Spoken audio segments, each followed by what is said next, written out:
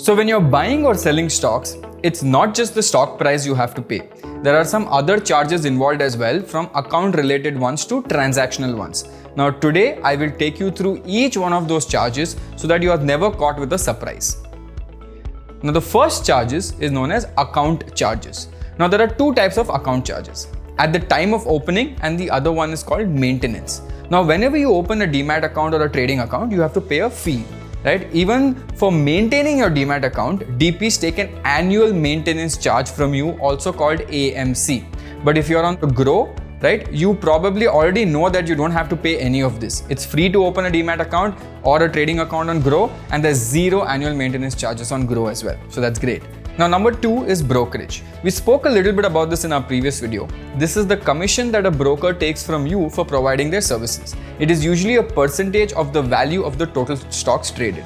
Now if you're transacting through Groww, you will know that the brokerage is 20 rupees or 0.05% per executed order, whichever is lower. The third thing we see are DP charges. Now remember, demat accounts are given to you by the DPs. So you don't have to pay anything for depositing a stock into your demat account, but every time you sell a stock from your demat account, you have to pay a fee to the DP. Now DP charge is basically a flat fee. No matter how many stocks you sell, you have to pay 13.5 rupees per trading day per company. Now DP charges are applicable only on delivery trades, but you don't have to pay this if you're doing intraday trading. Now delivery trade means you got the stocks deposited or delivered to your demat account. This can be kept for 2 days to weeks, months, or even years. Intraday is when you buy and sell the same stock within the same trading day. So this way, the stock never reaches your actual demat account. Now number 4 is transaction charges. There are some additional charges as well, like stamp duty, exchange transactions, SEBI turnover charge, STT, and GST. First, stamp duty. This is a government tax charged only when you buy a stock. This is collected by your broker so that they can issue a stamped contract note to you at the end of trading day. The contract note is a legal record with all your trades mentioned in detail. Now, if it's a delivery trade, the stamp duty is 0.015% of the transaction value. If it is intraday, the stamp duty is 0.003% of the transaction value. Next is the exchange transaction charge. This is the amount charged by the stock exchanges and clearing houses on all trades every time you buy or sell. So both BSE and NSE charge 0.00345% of the total transaction value as the exchange transaction charge. This is applicable whether you do delivery or intraday. Next is SEBI turnover charge.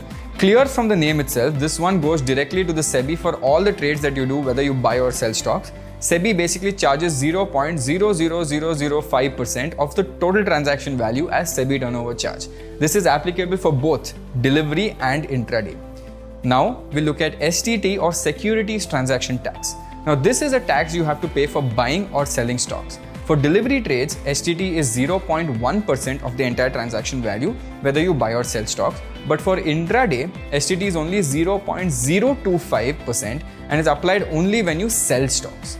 And the one that's everywhere, GST, right? This one is applicable on brokerage, DP charges, exchange transaction charges. So for stocks, GST is 18% and applied every time you buy or sell stocks. So these were all the transactional charges. Finally, the fifth one is taxes. Now we're talking about taxes you have to pay if you get any profit/dividend, right? Now there are three types of these taxes: short-term capital gains, long-term capital gains, and tax on dividends. What is a capital gain? If I put it simply, this is the increase in your stock value, which is basically a profit if you sell those stocks.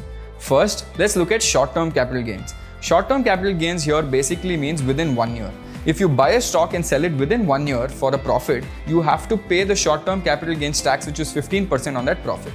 The other one is long-term capital gains. The long-term basically means more than 1 year. So if you buy a stock and sell it after 1 year for a profit, you have to pay the long-term capital gains, which is 10%.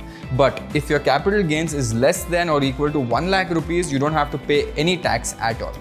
Now next is tax on dividends. Now we spoke about this earlier, right? Dividends are a part of the profits that the company shares with its shareholders, which is me and you. So if you receive any dividends from a company, you will be taxed based on your tax slab applicable to you.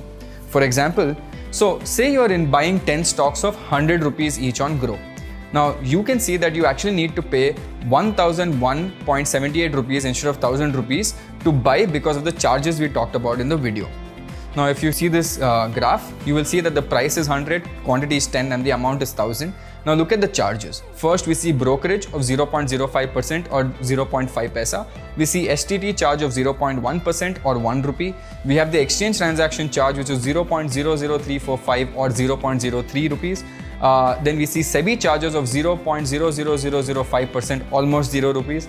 Then we see GST at 18% at 0.1 rupees. We see stamp duty at 0.015%, again at 0.15 rupees. And that comes up to a total of 1.78 rupees for a net value of 1000. So on 1000 rupees, you are spending 1001.78.